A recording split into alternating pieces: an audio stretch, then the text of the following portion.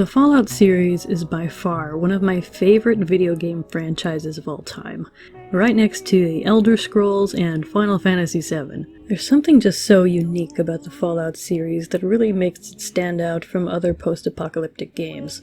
Not that I've played that many, but I think most people would agree Fallout is a terrifying, depressing, thought-provoking gem of a game franchise that one can't help but become immersed in. I can't even tell you how many hours I've spent in the worlds of Fallout 3 and 4. Well, actually I can for Fallout 4 because it tells me in my Steam library.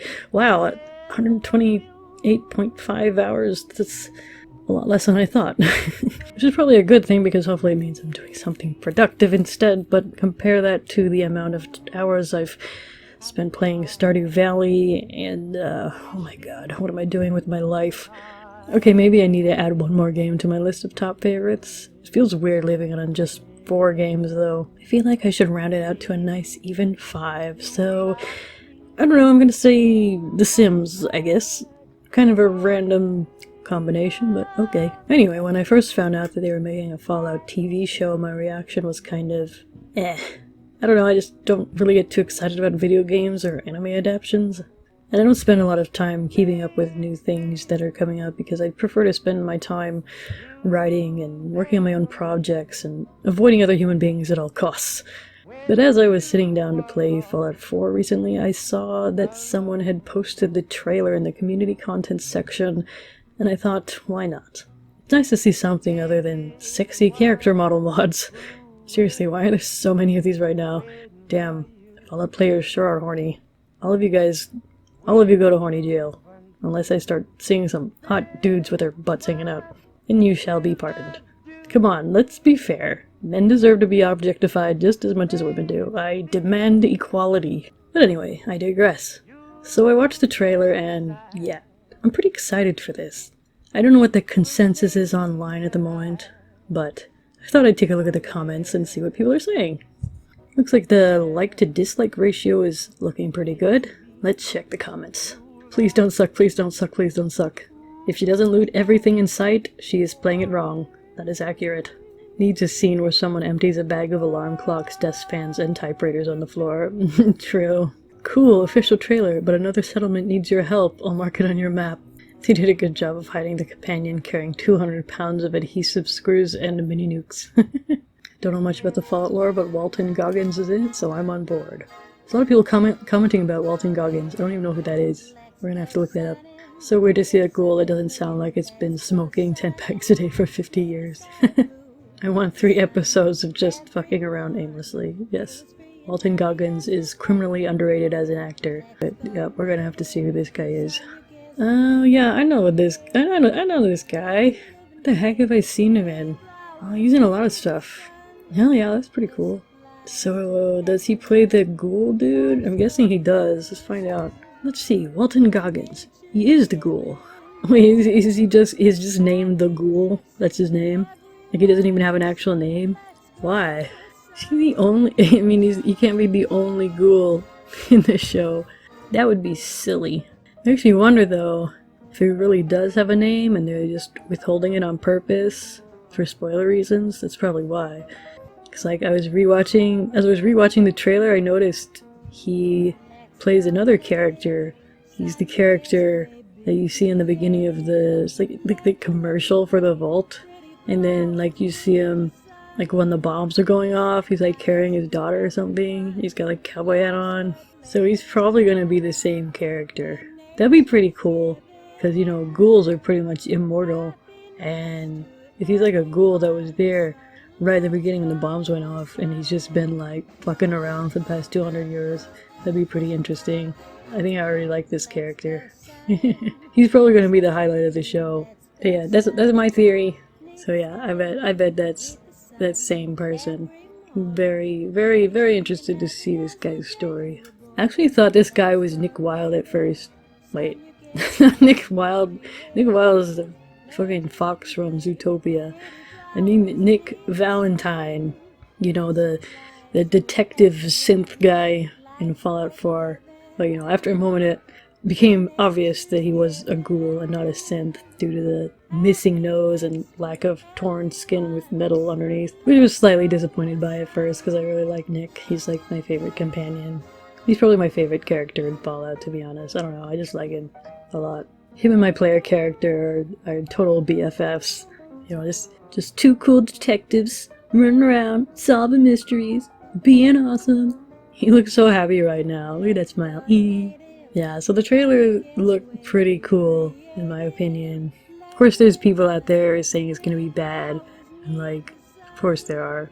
But you know, like I said, I was kind of iffy about it, but then I saw the trailer, and I think it looks pretty awesome. And like, the world, the universe of Fallout could definitely make an awesome show. And like, from the look of the trailers, it does feel like they put a lot of work into capturing the look and feel of the games.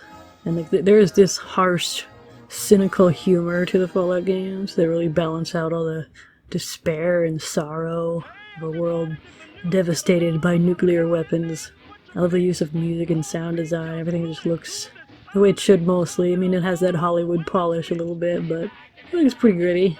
I love this old lady, too, that the Vault Dweller talks to. You're an actual Vault Dweller. I am. I thought all you dipshits were dead. Like, this freaking monster, like, it's got fucking fingers in its mouth. That is disgusting.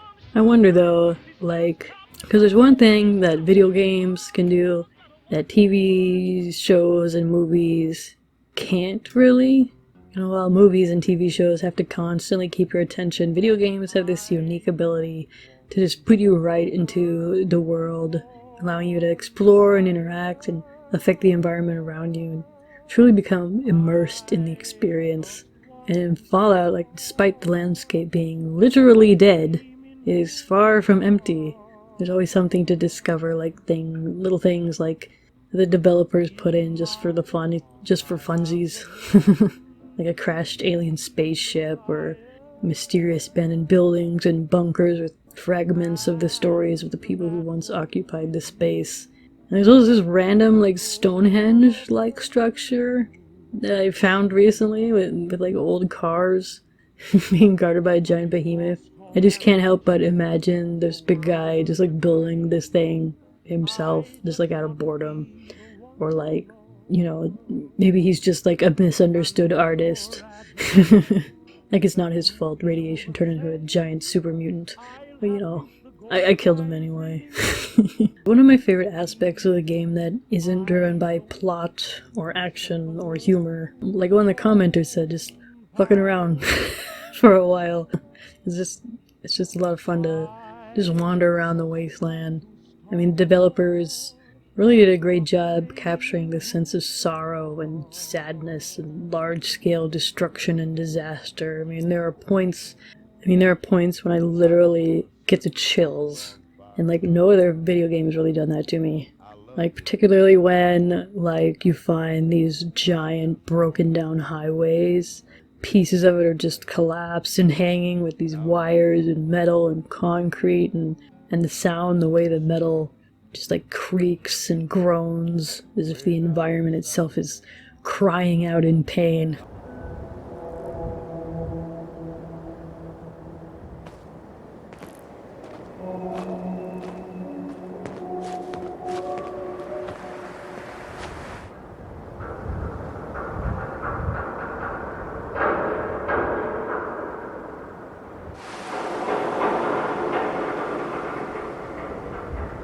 And it just gives you the sense that these structures are dangerous and could collapse on top of you at any moment. That said, the show may not be able to do that, but that's okay.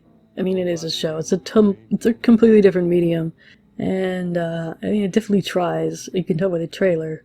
I am very curious to see how this universe is going to translate to the silver screen.